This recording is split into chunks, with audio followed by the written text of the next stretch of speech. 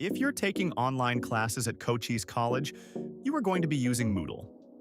Moodle is an online learning platform that students can use to access course materials, complete assignments, track progress, and review grades. If you are a new student or just need a refresher, this tutorial will show you how to access your classes. From your browser, search www.cochise.edu in the address bar. Once on the home page, navigate to the link in the top right labeled My Cochise. Enter your username and password to access the My Cochise student portal. From the dashboard, use the menu icon on the left and navigate down to the Moodle link located within the Academics tab. The Moodle homepage will include announcements about school events, holidays, and closures, so be sure to check them before moving on. Across the top, there will be a number of tabs.